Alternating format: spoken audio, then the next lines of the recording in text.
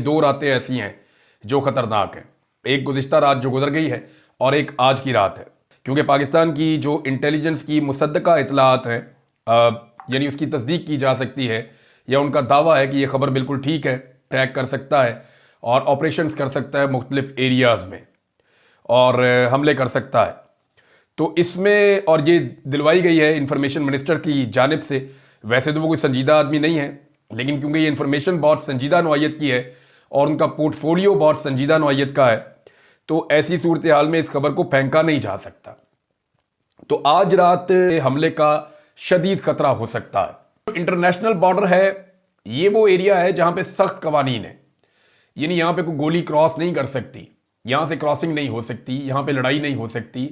यहां पे गोली चली तो फिर ऐलान जंग है। तो इंटरनेशनल बॉर्डर के ऊपर नॉर्मली गोली चले तो उसको ऐलान जंग के तौर पे लिया जाता है, नुकसान हो जाए तो ऐलान जंग के तौर पे लिया जाता है। तो यहां पे इम्कानात कम है कि लड़ाई हो।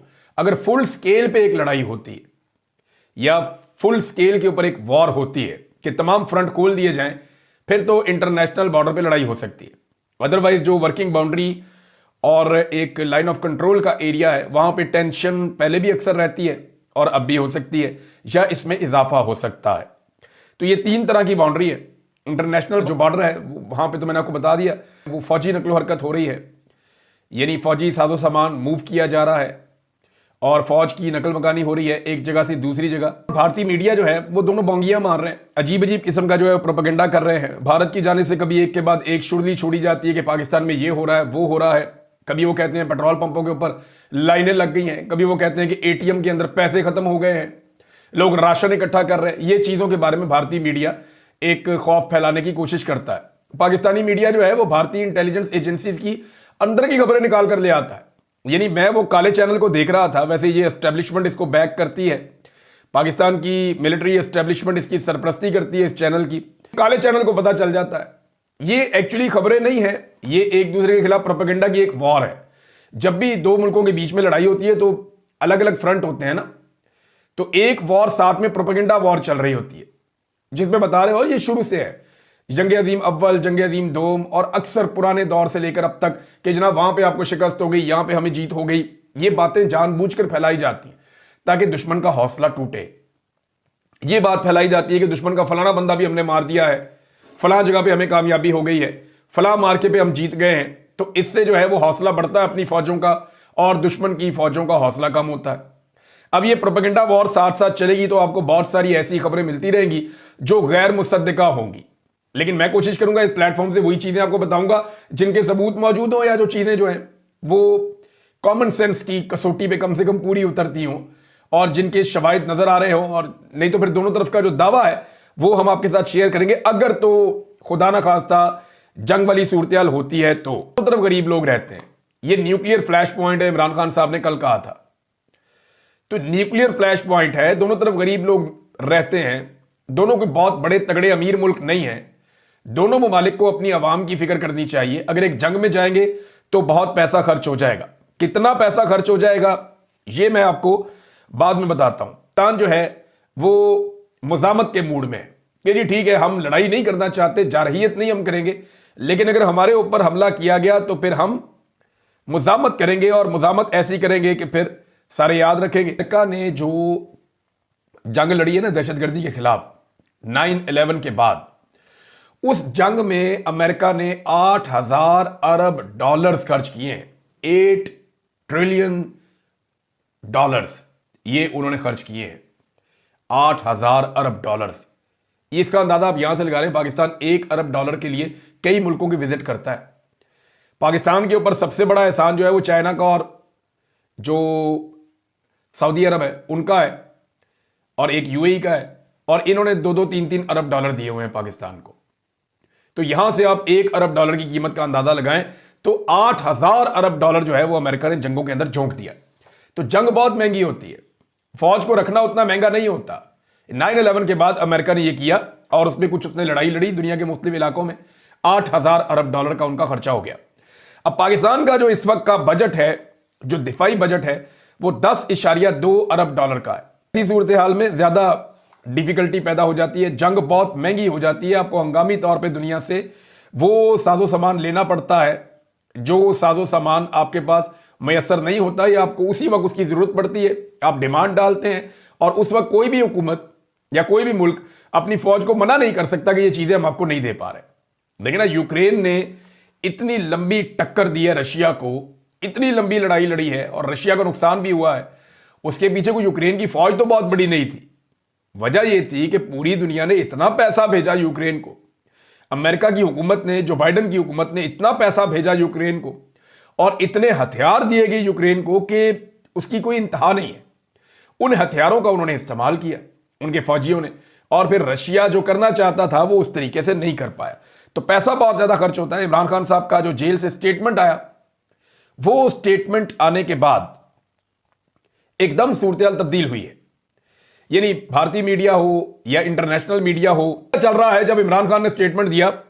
हालांकि देखिए, इससे पहले आर्मी चीफ ने भी स्टेटमेंट दिया, इससे पहले शहबाज शरीफ ने भी स्टेटमेंट दिया, पाकिस्तान के दीगर जो अपोजिशन के लोग हैं, बिलावल ने दिया, सबने दिया, कोई फर्क ही नहीं पड़ा। डिस्कशन हो रही है आरएसएस की आइडियोलॉजी पर।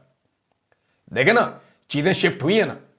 उस आदमी का कद बहुत बड़ा है, वो ब्रांड है, उससे फायदा उठाया जा सकता है। उसने जेल के अंदर से बैठ के एक स्टेटमेंट दिया। स्टेटमेंट क्या था? उसने अपने वकीलों से बातचीत की। वो जो वकीलों से बातचीत हुई वो बाहर आए, उन 5 वकीलों से अलग अलग बातचीत की पार्टी के लोगों ने, और जो चीजें मुश्तरका निकली उनको एक स्टेटमेंट बना के उन्होंने डाल दिया कि जनाब ये बातें तो इमरान खान ने डेफिनेटली जेल के अंदर कही है, लिहाजा ये उनका स्टेटमेंट है, ये हमने डाल दिया।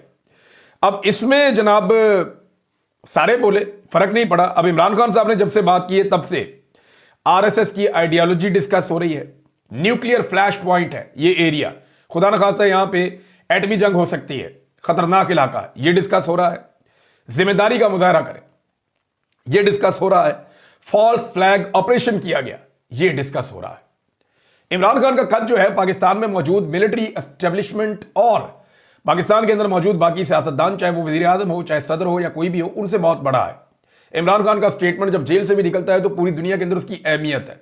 जब इमरान खान बोलता है तो पाकिस्तानी बोल रहे हैं, ये पूरी दुनिया समझती है कि जनाब इमरान खान बोला तो पाकिस्तानी बोले, और इमरान खान ने जो बात की ये पाकिस्तानियों की तर्जुमानी है, तो इसलिए उसकी इंपॉर्टेंस ज्यादा होती है कि 25 करोड़ लोग क्या सोच रहे हैं। ये जो अल्फाज हैं वो जेल से निकलकर आए हैं और उन्होंने कौम की तर्जुमानी की है। पाकिस्तानी मीडिया में इमरान खान की शक्ल दिखाने, उनकी आवाज सुनाने, इमरान खान साहब की जो है वो तस्वीर दिखाने, उनका नाम लेने पर भी पाबंदी है। जबकि भारत जिसके खिलाफ है वो स्टेटमेंट, उस मुल्क में वो स्टेटमेंट चल रहा है। वजह क्या है? वहां डेमोक्रेसी है, वहां के मीडिया को थोड़ी बहुत इजाजत तो है ना। हालांकि भारत के अंदर भी बड़ी सख्त हुकूमत है और वो बड़ी सख्ती करते हैं, लेकिन इसके बावजूद उनकी हुकूमत में लोग टिकाकर तनकीद भी करते हैं। यानी सोशल मीडिया पे लोगों ने भारतीय हुकूमत की बैंड बजा दी है कि इमरान खान की हैंडलिंग इस तरह की जारहियत के खिलाफ क्या होती थी और क्या होती है, जबकि मौजूदा कमजोर हुकूमत जो जाली फॉर्म 47 के ऊपर लाकर बिठाई है पाकिस्तान की मिलिट्री एस्टेब्लिशमेंट ने, उनकी जो हिकमत अमली है वो कितनी कमजोर है इन मामलात को लेकर। नादरीन, एक और चीज है वो ये है कि जब बॉर्डर पे इतना ज्यादा तनाव है तो तवज्जो तो सारी पाकिस्तान की एस्टेब्लिशमेंट की बॉर्डर पे होनी चाहिए थी ना। लेकिन यहां पे 27वीं आईनी तरमीम की तैयारी की जा रही है और उसके लिए जो है वो दोबारा से एक बेंच बनवाया गया, आईनी बेंच, कि जनाब जो मखसूस नशिस्तें हैं वो PMLN और पीपल्स पार्टी को दी जाएं ताकि एक और आईनी तरमीम की जाए। 26वीं आईनी तरमीम से इस निजाम का पेट नहीं भरा, पहले ही आइन का हुलिया बिगाड़ दिया है। अब एस्टेब्लिशमेंट अपने हर गलत काम के ऊपर पर्दा डालना चाहती है और उसके लिए वो 27वीं आईनी तरमीम लेकर आ रहे हैं। अपने हर गलत काम को, अपने हर कारनामे को आईनी तहफ्फुज़ देना चाह रहे हैं। पहले ही आइन का हुलिया बिगाड़ दिया, मजीद इसकी कोशिश हो रही है और ये उस वक्त हो रही है जंग का खतरा है, बॉर्डर के ऊपर तनाव है। इनका सारा फोकस इमरान खान के खिलाफ है और रहेगा। वजह यह है कि पाकिस्तान की मिलिट्री एस्टेब्लिशमेंट की क़यादत यह समझती है कि इमरान खान उनसे उनका सुनहरी दौर छीन लेगा और वो फिर अपनी ड्यूटी पे आ जाएंगे। चौकीदार को चौकीदार की ड्यूटी करनी पड़ जाएगी। बस ये प्रॉब्लम है कि इमरान खान आएगा तो वो कहेगा चौकीदार दरवाजे के बाहर रहेगा, खबरदार अगर दरवाजे के अंदर तुमने झांका भी तो तुम्हारी ड्यूटी बाहर है, आने जाने वाले की तलाशी लो, तुम्हारी ड्यूटी बाहर है, कोई मेरे घर के अंदर दाखिल ना हो, ये तुम्हारी रिस्पॉन्सिबिलिटी है। मैं घर में स्याह करूं, सफेद करूं, तुम्हारा इसके अंदर किसी किस्म का कोई रोल नहीं है। तुम्हें जिस काम की तनख्वाह मिलती है तुम वो काम करो।